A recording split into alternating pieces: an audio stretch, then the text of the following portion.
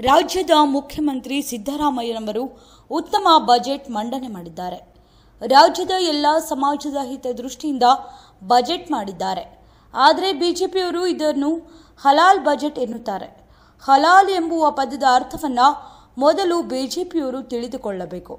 ಕೇವಲ ಮುಸ್ಲಿಮರಿಗೆ ಮಾತ್ರ ಅಲ್ಲ, ರಾಜ್ಯದ ಎಲ್ಲ ಸಮಾಜಕ್ಕೂ ನ್ಯಾಯ ನೀಡಿದ್ದಾರೆಂದು ವಿಜಯಪುರದಲ್ಲಿ ಮಾಧ್ಯಮಗೋಷ್ಠಿಯಲ್ಲಿ ಕೆಪಿಸಿಸಿ ವಕ್ತಾರ ಎಸ್.ಎಂ. ಪಾಟೀಲ್ ಗಣಿಹಾರ್ ಹೇಳಿದರು.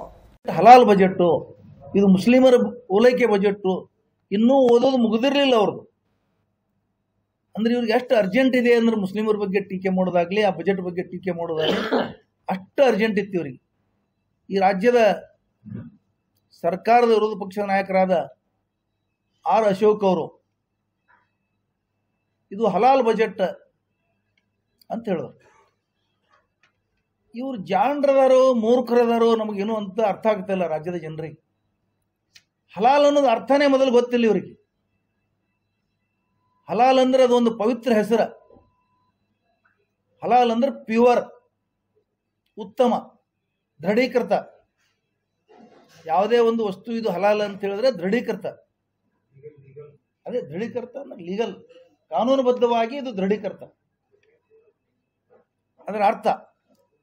ಮತ್ತೆ ನೀವು ಇದಕ್ಕೆ ಹಲಾಲ್ ಅಂತೀರಂದ್ರೆ ಏನು ಅರ್ಥ ಅಂದ್ರೆ ನೀವು ಒಪ್ಕೊಂಡಂಗೆ ಆಯ್ತಲ್ಲ, ಇದು ಕಾನೂನುಬದ್ಧವಾಗಿ ಲೀಗಲ್ ಇದೆ, ದೃಢೀಕೃತ ಅಂತ ಹೇಳ್ದಂಗೆ ಆಯ್ತಲ್ಲ. ನಿಮ್ಗೆ ಅರ್ಥನೇ ಗೊತ್ತಿಲ್ಲ. ಇನ್ನ ಮುಸ್ಲಿಮರಿಗೆ 4,500 ಕೋಟಿ ಬಜೆಟ್, ಮೈನಾರಿಟಿಗೆ, ಮುಸ್ಲಿಮರಿಗೆ ಕೇವಲ ಅಲ್ಲ, ಮೈನಾರಿಟಿ ಇಲಾಖೆಗೆ 4,500 ಕೋಟಿ ಬಜೆಟ್ ಇಟ್ಟಿದ್ದು ತಪ್ಪು. ಮುಸ್ಲಿಮರು ಓಲೈಕೆಗಾಗಿ ಇಟ್ಟಿದ್ದೀರಿ. ಅಲ್ಪಸಂಖ್ಯಾತರ ಇಲಾಖೆಯಲ್ಲಿ ಕ್ರಿಶ್ಚಿಯನ್ರಿದ್ದಾರೆ, ಬೌದ್ಧರಿದ್ದಾರೆ, ಜೈನರಿದ್ದಾರೆ. ಈ ಎಲ್ಲ ಸಮುದಾಯಗಳ ಸಲುವಾಗಿ 4,500 ಕೋಟಿ ಇಟ್ಟಿದ್ದು. ಹಾಂಗ ನೋಡಿದ್ರೆ ಈ 4,500 ಕೋಟಿ ಇಟ್ಟಿದ್ದನ್ನ ಈ ಸಮುದಾಯಗಳು ವಂಚಿತಗೆ ಅಂತ ಹೇಳ್ಬೇಕಾಗ್ತದೆ. ಇವತ್ತು ಈ ಸಮುದಾಯಗಳ ಜನಸಂಖ್ಯೆ ಎಷ್ಟು, ಈ ರಾಜ್ಯದ ಅಭಿವೃದ್ಧಿಯಲ್ಲಿ ಇವ್ರ ಪಾಲೆಷ್ಟು, ಈ ರಾಜ್ಯದ ಶ್ರಮಿಕ ವರ್ಗದಲ್ಲಿ ಇವ್ರ ಪಾಲೆಷ್ಟು, ಈ ರಾಜ್ಯದ ತೆರಿಗೆ ಕಟ್ಟೋದ್ರೊಳಗೆ ಇವ್ರ ಪಾಲೆಷ್ಟು, ಈ ಸಮುದಾಯಗಳದು ಅರ್ಥ ಮಾಡ್ಕೋಬೇಕು ಮಾತಾಡೋ. ಪರಿಶಿಷ್ಟ ವರ್ಗ ಮತ್ತು ಪರಿಶಿಷ್ಟ ಪಂಗಡಗಳು ಬಿಟ್ರೆ ಎರಡನೇ ಅತಿ ದೊಡ್ಡ ಸಮುದಾಯ ಈ ರಾಜ್ಯದಲ್ಲಿ. ಈ ಸಮುದಾಯವನ್ನು ಕೇವಲ 4,500 ಕೋಟಿ ಕೊಟ್ಟಿದ್ದಕ್ಕೆ ಇವ್ರ ಹತ್ರ ಏನಾದರೂ ಸಬ್ಕಾ ಸಾಥ್ ಸಬ್ಕಾ ವಿಕಾಸ್ ಅನ್ನೋದು ಏನಾರ ತಲೆಯಾಗಿದ್ರೆ ಇವರು ಪ್ರಧಾನಮಂತ್ರಿಗಳ ಘೋಷಣೆ. ಇನ್ನೂ ಬಜೆಟ್ ಕಡಿಮೆ ಇದೆ, ಬಹಳ ಕಡಿಮೆ ಕೊಟ್ಟಿದ್ದೀರಿ, ಕೇವಲ 1% ಕೊಟ್ಟಿದ್ದೀರಿ. 19% ಇದ್ದಂತ ಒಂದು ಸಮುದಾಯಕ್ಕೆ ಕೇವಲ 1% ಬಜೆಟ್ ಕೊಟ್ಟಿದ್ದೀರಿ. ಇದು ತಪ್ಪಿದೆ, ಇದು ಸರಿಪಡಿಸಿ ಅಂತ ಹೇಳಬೇಕಾಗಿತ್ತು ಇವರು. ಅವಾಗ ಸಬ್ಕಾ ಸಾಥ್ ಸಬ್ಕಾ ವಿಕಾಸ್ ಅನ್ನೋದಕ್ಕೆ ಏನಾದರೂ ಒಂದು ಗೌರವ ಇರ್ತಿತ್ತು.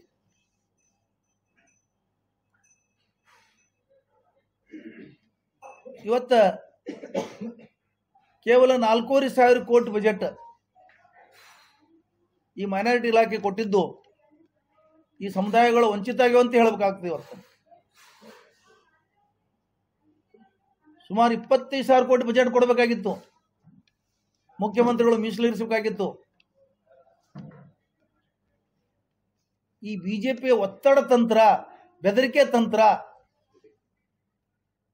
ಮೈನಾರಿಟಿಗಳನ್ನು ಇಲ್ಲಿಗೆ ತಂದು ನಿಂದಿಸಿಬಿಟ್ಟಿದೆ.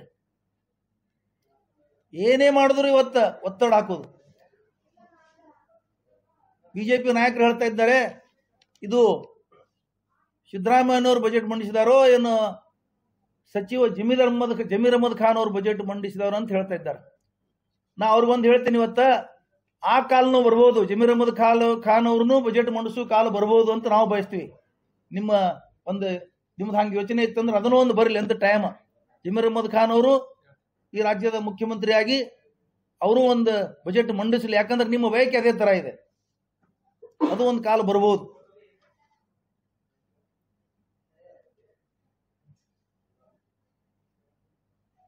ನೀವು ಪರಿಶಿಷ್ಟ ವರ್ಗಗಳ ಬಗ್ಗೆ ಒಂದ್ ಕಡೆ ಮಾತಾಡ್ತೀರಿ, ಅವ್ರ ಬಜೆಟ್ ಕಡಿಮೆ ಮಾಡಿದ್ರಿ, ಅವ್ರಿಗೆ ಬಜೆಟ್ ವಾಪಸ್ ತಗೊಂಡ್ರಿ ಅಂತ ಹೇಳಿ. ಅದೇ ಟೈಮ್ದಲ್ಲಿ ಮುಸ್ಲಿಮರ ಬಜೆಟ್ ಯಾಕೆ ತಗೊಳ್ಳಿಲ್ಲ ಅಂತ ಕೇಳ್ತೀರಿ. ಆಯಾ ಸಮುದಾಯಗಳು ಬಜೆಟ್ದ ಹಣ ಪಡೆಯೋದು ಹಕ್ಕದು. ನೀವು ಆತ್ಮವಂಚನೆ ಮಾಡ್ಕೊಂಡು ಮಾತಾಡ್ತಾ ಇದ್ದೀರಿ.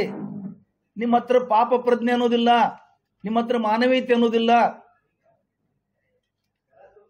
ಈ ಜಿಲ್ಲೆಯ ಒಬ್ಬ ಹಿರಿಯ ರಾಜಕಾರಣಿಗಳು, ನಮ್ಮ ಸಂಸತ್ ಸದಸ್ಯರು ಇತ್ತೀಚೆಗೆ ಒಂದು ಪತ್ರಿಕಾಗೋಷ್ಠಿ ಮಾಡಿ ಬಿಜಾಪುರದಲ್ಲಿ ನೀವು ದಲಿತರ ಹಣ ವಾಪಸ್ ತಗೊಂಡಿದ್ದೀರಿ, ಅದೇ ತರ ಮುಸ್ಲಿಮರ ಹಣ ಯಾಕೆ ತಗೊಳ್ಳಿಲ್ಲ ಅಂತ ಕೇಳ್ತಾ ಇದ್ದಾರೆ. ನನಗಿಷ್ಟು ಕೆಟ್ಟ ಅನಿಸ್ತದಲ್ಲ. ನಮ್ಮ ಜಿಲ್ಲೆಯ ಒಬ್ಬ ಹಿರಿಯ ರಾಜಕಾರಣಿ, ಮುತ್ಸದ್ದಿ ರಾಜಕಾರಣಿ ಅಂತ ನಾವೆಲ್ಲ ಅವ್ರಿಗೆ, ದಲಿತ ಸಮುದಾಯದಿಂದ ಬಂದಂತ ಒಬ್ಬ ಮೇಧಾವಿ ಮಂತ್ರಿ, ಆ ಸಮುದಾಯದ ಮಂತ್ರಿ ಇದ್ದಾರೆ. ಅವರು ಮೊನ್ನೆ ಒಂದು ಎಲ್ಲಾ ಪತ್ರಿಕೆಗಳಲ್ಲಿ ತಮ್ಮದೊಂದು ಲೇಖನವನ್ನೇ ಬಿಡುಗಡೆ ಮಾಡಿದ್ದಾರೆ. ಸಂಖ್ಯೆಗಳನ್ನು ಕೊಟ್ಟಿದ್ದಾರೆ. ಅವರು ಪರಿಶಿಷ್ಟರ ಕಲ್ಯಾಣದ ಹಣ ನಾವು ವಾಪಸ್ ತಗೊಂಡಿಲ್ಲ, ನಾವು ಯಾವತ್ತೂ ಪರಿಶಿಷ್ಟರಿಗೆ ಅನ್ಯಾಯ ಮಾಡಂಗಿಲ್ಲ ಅಂತ ಹೇಳಿ ಅವ್ರು ಹೇಳಿದಾರಲ್ಲ, ಅಂಕಿ ಸಂಖ್ಯೆ ಸಮೇತ ವಿವರಿಸಿದ್ದಾರೆ. ಆದರೂ ಸಹಿತ ನೀವು ಇವತ್ತು ಪರಿಶಿಷ್ಟರ ಬಗ್ಗೆ ನೀವು ಟೀಕೆ ಮಾಡ್ತಾ ಇದ್ದೀರಿ, ಕಾಂಗ್ರೆಸ್ ಸರ್ಕಾರದ ಮೇಲೆ ಗೂಬೆ ಕೂರಿಸ್ತಾ ಇದ್ದೀರಿ ಅಂದ್ರೆ ನಾವು ಈ ಸಂದರ್ಭದಲ್ಲಿ ಅದನ್ನು ಖಂಡಿಸಬೇಕಾಗ್ತದೆ. ಇನ್ನೊಂದು ನಿಮಗೆ ನೆನಪು ಮಾಡಿಕೊಡ್ತೀನಿ ನಾನು, ಬಿಜೆಪಿಯವ್ರಿಗೆ. ಯಡಿಯೂರಪ್ಪನವರಿದ್ದಾಗ ಮುಸ್ಲಿಮರ ಬಗ್ಗೆ ಮತ್ತು ಅಲ್ಪಸಂಖ್ಯಾತರ ಬಗ್ಗೆ ಎಷ್ಟು ಹಣ ಇಟ್ಟಿದ್ರು ಅನ್ನೋದು ನೀವು ಸ್ವಲ್ಪ ಹಿಂದಿನ ಬಜೆಟ್ದ ಕಾಪಿಗಳನ್ನು ತಿರುಗಿ ನೋಡ್ಬೇಕು. ನೀವು ಇದ್ರ ಡಬಲ್ ಇಟ್ಟಿದ್ರು ಅವಾಗ. ಅದೊಂದು ಅರ್ಥ ಮಾಡ್ಕೋಬೇಕು ನೀವು. ಬಿಜೆಪಿ ಟೀಕಾ ಮಾಡೋಕ್ಕಿಂತಲೂ ಟೀಕೆಗೋಸ್ಕರ ಟೀಕೆ ಮಾಡ್ತಾ ಇದ್ರೆ ಹೊರತಾಗಿ ನಿಮ್ಗೆ ರಾಜ್ಯದ ಅಭಿವೃದ್ಧಿ ಇಲ್ಲ. ಇದು ಬಿಡ್ರಿ, ಇನ್ನೂ ಬಹಳ ಕೆಲಸ ಅದಾವ. ಸರ್ಕಾರ ಎಲ್ಲಿ ತಪ್ಪು ಮಾಡ್ತಾ ಇದೆ, ಸರ್ಕಾರ ಯಾರಿಗೆ ಬಜೆಟ್ದಲ್ಲಿ ಅನ್ಯಾಯ ಮಾಡಿದೆ, ಯಾವ ಇಲಾಖೆಗೆ ಏನ್ ಮಾಡಿದೆ, ಅಲ್ಲಿ ಏನು ಅನ್ಯಾಯ ಆಗ್ತಾ ಇದೆ, ಅಲ್ಲಿ ಏನು ಕುಂದು ಕೊರತೆ ಇದೆ, ಇದ್ರ ಬಗ್ಗೆನೂ ವಿರೋಧ ಪಕ್ಷದ ಕೆಲಸ ಇದೆ. ಇದನ್ನು ಹೇಳುದನು ಬರೇ ಮುಸ್ಲಿಮರನ್ನ ಟೀಕೆ ಮಾಡೋದು ಒಂದು ಕೆಲಸ ಇಲ್ಲ ವಿರೋಧ ಪಕ್ಷದ್ದು. ವಿರೋಧ ಪಕ್ಷದವ್ರ ಕೆಲಸ ಏನಂದ್ರೆ ಬಜೆಟ್ ಎಲ್ಲಿ ಅನ್ಯಾಯ ಆಗಿದೆ, ಎಲ್ಲಿ ಅದ್ರ ಬಗ್ಗೆ ತಾರತಮ್ಯ ಆಗಿದೆ, ಎಲ್ಲಿ ಅದು ಸರಿಪಡಿಸಬೇಕು ಅನ್ನೋದು ಸಲಹೆನೂ ಕೊಡ್ಬೇಕು ನೀವು ಸರ್ಕಾರಕ್ಕೆ. ಕೇವಲ ಮುಸ್ಲಿಮರು ಟೀಕೆ ಮಾಡೋದು ಅಷ್ಟೇ ಅಲ್ಲ ಇದು ಬಜೆಟ್ ಬಗ್ಗೆ.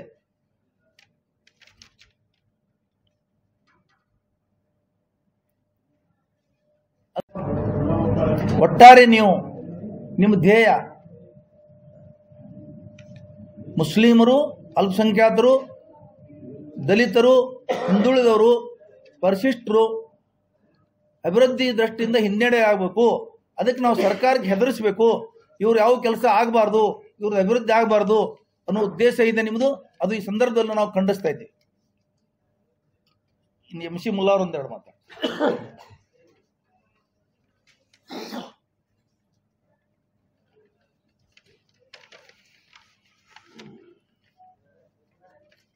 ಈಗಾಗಲೇ ಬಜೆಟ್ ಬಗ್ಗೆ ನಮ್ಮ ಈಗ ಈ ಭಾರತೀಯ ಜನತಾ ಪಕ್ಷದ ಏನು ನಾಯಕರುಗಳು ವಿರೋಧ ಪಕ್ಷದಲ್ಲಿ ಏನು ಕೂತಿದ್ದಾರೆ ಅವರಲ್ಲಿ ಒಂದು ವಿನಂತಿ ಏನು ಮಾಡಬೇಕಂದ್ರೆ, ಈ ನಮ್ಮ ರಾಜ್ಯದ ಒಂದು ಸ್ವಲ್ಪ ದುರ್ದೈವ ಅನ್ನಿಸ್ತಾಗ್ತದೆ. ಯಾಕೆ ದುರ್ದೈವ ಅಂದ್ರೆ ನಮ್ಮಲ್ಲಿ ವಿರೋಧ ಪಕ್ಷನೇ ಸರಿ ಇಲ್ಲ ಅಂತ ಹೇಳಿ ಅನ್ನಿಸ್ತಾಗ್ತದೆ. ಯಾಕಂದ್ರೆ ಎಲ್ಲಿವರೆಗೆ ವಿರೋಧ ಪಕ್ಷ ಸರಿಯಾಗಿ ಇರ್ತದೆ ಅಲ್ಲಿ ಆ ರಾಜ್ಯದಲ್ಲಿ ಆಡಳಿತಗಳು ಸರಿಯಾಗಿ ನಡೀತಾವೆ. ಇವತ್ತೇನಾಗಿದೆ ಅಂದ್ರೆ ನಮ್ಮ ರಾಜ್ಯದ ದುರ್ದೈವ ಏನಾಗಿದೆ ಅಂದ್ರೆ ವಿರೋಧ ಪಕ್ಷ ಸಂಪೂರ್ಣವಾಗಿ ವಿಫಲ ಆಗ್ಯದ. ಅಲ್ಲಿ ಯಾರೂ ಸರಿಯಾದಂಥ ಒಂದು ಅಭ್ಯಾಸ ಇಲ್ಲ, ಅವರಿಗೆ ಬಜೆಟ್ ಅನ್ನೋ ಬಗ್ಗೆ ಏನು ಗೊತ್ತಿಲ್ಲ. ಬರೀ ಹಲಾಲ ಝಟಕ ಇಂಥ ಬರೀ ಶಬ್ದಗಳು ವಾಪಸ್ ಕೊಡೋದು, ಬರೀ ಒಂದು ಮುಸ್ಲಿಮ್ಗೆ ಓಲೈಕೆ ಆದಂಥ ಬಜೆಟ್ ಇದೆ ಅಂತ ಹೇಳೋದು, ಇಂಥವು ಏನು ಬೇರೆ ಬಜೆಟ್ ಅಂದ್ರೆ ಅದರ ಬಗ್ಗೆ ಸವಿಸ್ತಾರವಾಗಿ ಯಾವ ಇಲಾಖೆಯಲ್ಲಿ ಒಂದು ಡಾಟಾ ವೈಸ್ ಒಂದು ರೇಷಿಯೋ ಡಾಟಾ ಏನೋ ಒಂದು ಸ್ವಲ್ಪ ಅಭ್ಯಾಸ ಮಾಡಿ ಅದು ಬಜೆಟ್ ಬಗ್ಗೆ ಯಾರೂ ನನಗನ್ನಿಸ್ಲಾಗ್ತದೆ ಈ ಒಂದು ರಾಜ್ಯದ ಇತಿಹಾಸದಲ್ಲಿ ಇಂಥ ವಿರೋಧ ಪಕ್ಷದ ನಾವು ಈ ಜನ ನೋಡಿದ್ದಿಲ್ಲ.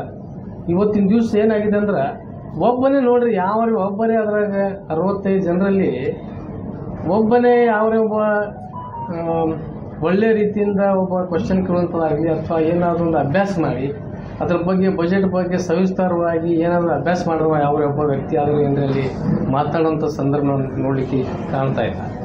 ಇಂಥ ಪರಿಸ್ಥಿತಿಯಲ್ಲಿ ಬರೀ ಅದು ಹಲಾಲ್ ಬಜೆಟ್ ಅಂತ ಈಗಾಗಲೇ ಎಸ್ ಎಂ ಪಾಟೀಲ್ ಹೇಳಿದಾಗೆ ಹಲಾಲ ಝಟಕ ಇಂಥ ಶಬ್ದಗಳು ಬಿಟ್ಟು ಏನೂ ಇಲ್ಲ. ಅದಕ್ಕಾಗಿ ಈ ಭಾರತೀಯ ಜನತಾ ಪಾರ್ಟಿ ಹೆಸರು ಬದಲಾಗಿ ಭಾರತೀಯ ಝಟಕಾ ಪಾರ್ಟಿ ಅಂತ ಹೆಸರು ಇಟ್ಕೋಬೇಕು ಇವತ್ತು. ಯಾಕಂದ್ರೆ ಅವರು ಹಲಾಲ ಝಟಕ ಬಿಟ್ಟರೆ ಬೇರೆ ಗುರುತೇ ಆಗತ್ತಿಲ್ಲ ಅವ್ರಿಗೆ ಏನಾದ್ರು. ಅದಕ್ಕೆ ಭಾರತೀಯ ಜನತಾ ಪಾರ್ಟಿ ಅನ್ನೋದು ಭಾರತೀಯ ಝಟಕಾ ಪಾರ್ಟಿ ಅಂತ ಹೆಸರು ಇಟ್ಕೊಂಡ್ರೆ ಭಾಳ ಒಳ್ಳೆಯದಂತೆ ನನಗೆ ಅನಿಸ್ತಾ ಇರ್ತದೆ. ಅದಕ್ಕಾಗಿ ಇವತ್ತು ಹಲಾಲ್ ಅಂದ್ರೇನು ಗೊತ್ತಿಲ್ಲ, ಹರಾಮ್ ಅಂದ್ರೇನು ಗೊತ್ತಿಲ್ಲ. ಅದರಲ್ಲಿ ಯಾರು ಇರ್ತಾವೆ. ಈಗಾಗಲೇ ಎಸ್ ಎಂ ಪಾಟೀಲ್ ಹೇಳಿದಾಗ ಹಲಾಲ್ ಅಂದ್ರೆ ಒಳ್ಳೇದು, ಹರಾಮ್ ಅಂದ್ರೆ ಕೆಟ್ಟದ್ದು. ಇವತ್ತು ಅವರೇ ಸ್ಪಷ್ಟೀಕರಣ ಹೇಳ್ತಾ ಇದ್ದಾರೆ. ಅವ್ರು ಏನು ಹೇಳ್ತಾರ ಅನ್ನೋದು ಅವ್ರಿಗೆ ಅರ್ಥ ಆಗ್ತಾ ಇಲ್ಲ. ಬಿಜೆಪಿ ನಾಯಕರಿಗೆ ನಾವು ಯಾವ ಟೀಕೆ ಮಾಡೋದು ಆದ್ರೂ ಸಹಿತ ಅದಕ್ಕೆ ಭಾಳ ಅಭ್ಯಾಸ ಮಾಡಿ ಒಳ್ಳೆ ರೀತಿಯಿಂದ ಟೀಕೆ ಮಾಡ್ಬೇಕು ಅಂದ್ರೆ ಅದಕ್ಕೊಂದು ಅರ್ಥ ಬರ್ತದೆ. ಇವತ್ತು ಹಲಾಲ್ ಬಜೆಟ್ ಅಂದ್ಕೂಡ ಮತ್ತೆ ಹಂಗಂದ್ರೆ ಒಳ್ಳೆ ಬಜೆಟ್ ಆಗ್ತದ ಅರ್ಥದ್ದು. ಹಲಾಲ ಹರಾಮ್ ಅದರ್ಥ ವಿರುದ್ಧ ಹಲಾಲ್ ಅಂದ್ರೆ ಒಳ್ಳೇದು, ಹರಾಮ್ ಅಂದ್ರೆ ಕೆಟ್ಟದ್ದು. ಇದು ಎರಡು ಅದ್ರಾಗ ಅರ್ಥದ. ಈಗ ನಾವು ಇದು ಶಬ್ದ ವಾಪರ್ಸಲ್ಲ, ಹರಾಮಿ ಅಂತ ಹೇಳ್ತೇವಲ್ಲ ಕೆಲವರಿಗೆ, ಅದು ಅರ್ಥ. ಅದು ಹರಾಮಿ ಅಂದ್ರೆ ಇದು ಇಲ್ಲಿಗಲ್ಲ ಕೆಟ್ಟ ಶಬ್ದದು. ಹರಾಮ್ ಅಂದ್ರೆ ಅದು ಹಲಾಲ್ ಅಂದ್ರೆ ಒಳ್ಳೇದು. ಹಂಗಾದ್ರೆ ಹಲಾಲ್ ಬಜೆಟ್ ಐತೆ ಅಂದ್ರೂ ಒಳ್ಳೆ ಬಜೆಟ್ ಅಂತೇಳಿ ಅವರೇ ಪ್ರಶಂಸೆ ಮಾಡ್ತಾ ಇದ್ದಾರೆ ಇವತ್ತು ನಿಲ್ಸ. ಅದಕ್ಕಾಗಿ ಅವರಿಗೆ ಆ ಶಬ್ದಗಳು ಅರ್ಥನೇ ಮೊದಲು ಗೊತ್ತಾಗ್ತಾ ಇಲ್ಲ. ವಿರೋಧ ಪಕ್ಷ ನಾಯಕನು ಅಂಥದ್ದೇ ಗಂಡು ಬಿದ್ದಾನ. ಎಲ್ಲ ಶಾಸಕರು ನಮ್ಮ ಬಿಜಾಪುರದ ಅಂತೂ ಅವನು ಏನು ಹುಚ್ಚರಿಕಾಯಿ ಕಲ್ಕೊಟ್ಟಾಗ ಏನು ಅವನಿಗೇನು ಒಂದು ಡಾಟಾ ಗೊತ್ತಿಲ್ಲ, ಒಂದು ಅಭ್ಯಾಸ ಗೊತ್ತಿಲ್ಲ, ಬಜೆಟ್ ಗೊತ್ತಿಲ್ಲ. ಬರೀ ಏನದಂದ್ರೆ ಮಾನಸಿಕ ಅವನು ಏನಾಗ್ಯದ ಗೊತ್ತಿಲ್ಲ. ಟೋಟಲಿ ಬರೀ ಮುಸಲ್ಮಾನ ಬಗ್ಗೆ ಬರೀ ಬಜೆಟ್ ಬಂದ್ರು ಅದೇ ಮಾತಾಡೋದು. ಯಾವುದೇ ಏನು ವಿಷಯ ಬಂದ್ರು ಬರೀ ಮುಸ್ಲಿಮರ ವಿರೋಧಿ ಮಾತಾಡೋದು. ಮುಸ್ಲಿಮರ ಓಲೈಕೆ ಆದಂಥ ಇದು ಬಜೆಟ್ ಐತೆ ಅಂತ ಹೇಳೋದು. ಪ್ರತಿಯೊಂದು ಶಬ್ದದಲ್ಲಿ ಅನ್ನೋದು ಇವತ್ತು ಈಗ ಎಕ್ಸಾಂಪಲ್ ಹೇಳಿದಾಗೆ ಟೋಟಲ್ ಬಜೆಟ್ನಲ್ಲಿ ಇದು ಅಲ್ಪಸಂಖ್ಯಾತರಿಗೆ ಕೊಟ್ಟಿದ್ದೇ 1% ಬಜೆಟ್. ಇದು ಹಿಂದಿನ ಬಿಜೆಪಿ ಸರ್ಕಾರದಲ್ಲಿ ಕೂಡ 1% ಕೊಟ್ಟಿದ್ದು ಅಲ್ಪಸಂಖ್ಯಾತರಿಗೆ. ಅದ್ರಾಗ ಈಗ ಜೈನರಿಗೆ ಕೊಡಬೇಕು, ಸಿಖ್ಖರಿಗೆ ಕೊಡಬೇಕು, ಪ್ರತ್ಯೇಕವಾಗಿ ಅಲ್ಪಸಂಖ್ಯಾತ ಇಲಾಖೆಯಿಂದ ಬೌದ್ಧರಿಗೆ ಕೊಡಬೇಕು, ಎಲ್ಲರಿಗೆ ಕೊಟ್ಟೇ ಕೊಡ್ತಾರ. ಮತ್ತು ಇವತ್ತು ಇವರು ಜೈನ್ ಇದು ಸಪ್ರೇಟ್ ನಿಗಮ್ ಮಾಡ್ರಿ, ಅದು ಮಾಡ್ರಿ, ಈಗಾಗಲೇ ಸರ್ಕಾರದಕ್ಕೆ ಇದು ಕೊಟ್ಟಿದ್ದ ಮಾಡ್ತಿರ್ತಾರೆ. ಆದ್ರೂ ಇವ್ರು ಬಿಜೆಪಿ ಸರ್ಕಾರ ಇದ್ದಾಗ ಯಾಕೆ ಜೈನರ ಬಗ್ಗೆ, ಬೌದ್ಧರ ಬಗ್ಗೆ, ಕ್ರಿಶ್ಚಿಯನ್ ಬಗ್ಗೆ ಯಾಕೆ ಕಾಳಜಿ ತಗೊಂಡಿಲ್ಲ? ಇವತ್ತು ಬರೀ ಕಾಂಗ್ರೆಸ್ ಸರ್ಕಾರ ಬಂದಾಗ ಬರೀ ವಿರೋಧ ಮಾಡೋದಂದ್ರೆ ಅದಕ್ಕೊಂದು ಇದು ಬೇಕಲ್ಲ, ಏನಾದ್ರು ಒಂದು ಅದಕ್ಕೆ ಅರ್ಥ ಬೇಕಾಗ್ತದ, ಒಂದು ಏನಾದ್ರು ಅಭ್ಯಾಸ ಮಾಡಬೇಕು. ಎಷ್ಟು ಟೋಟಲ್ ಎಲ್ಲಿ ಈಗ ನ್ಯೂನತೆಗಳು, ಈ ಬಜೆಟ್ನಲ್ಲಿ ನ್ಯೂನತೆಗಳು ಎಲ್ಲಿದಾವ?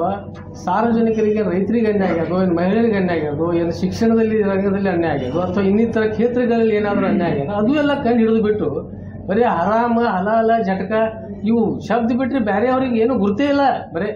ಅದಕ್ಕಾಗಿ ಇದು ನಮ್ಮ ರಾಜ್ಯದ ವಿರೋಧ ಪಕ್ಷ ಈ ರೀತಿ ಒಂದು ಸಂಪೂರ್ಣ ವಿಫಲ ಆದಂಥ ಒಂದು ವಿರೋಧ ಪಕ್ಷದಲ್ಲಿ ಏನು ಬಿಜೆಪಿದವರು ಮತ್ತು ಜೆಡಿಎಸ್ ಕೂತಿದ್ದಾರಲ್ಲ, ಅಲ್ಲಿ ಎಲ್ಲರೂ ಯಾರೂ ಅಭ್ಯಾಸ ಮಾಡಲಾರ್ದವರು, ಯಾರೂ ಒಂದು ಯೋಗ್ಯತೆ ಇರಲಾರ್ದವರು ಅಂಥ ವಿರೋಧ ಪಕ್ಷದಲ್ಲಿ ಕೂತಾಗ ಈ ರಾಜ್ಯದ ದುರ್ದೈವ ಸಂದರ್ಭ ಹೇಳಕ್ಕೆ ಇಚ್ಛೆಪಟ್ಟೆ. 13 ದಿನಗಳ ದಕ್ಷಿಣ ಭಾರತದ ಶ್ರೀಶೈಲ, ರಾಮೇಶ್ವರ, ಕನ್ಯಾಕುಮಾರಿ ಯಾತ್ರಾ ಪ್ರವಾಸ. ಶ್ರೀ ನವ ಕರ್ನಾಟಕ ಯಾತ್ರಾ ಕಂಪನಿ ವಿಜಯಪುರ ಇವರಿಂದ ದಿನಾಂಕ 16/3/2025 13 ದಿನಗಳ ದಕ್ಷಿಣ ಭಾರತದ ಶ್ರೀಶೈಲ್, ರಾಮೇಶ್ವರ, ಕನ್ಯಾಕುಮಾರಿ ಪ್ರವಾಸ. ಊಟ ಉಪಹಾರ ಸೇರಿ ಪ್ರತಿ ಸೀಟಿಗೆ ₹16,000 ಮಾತ್ರ.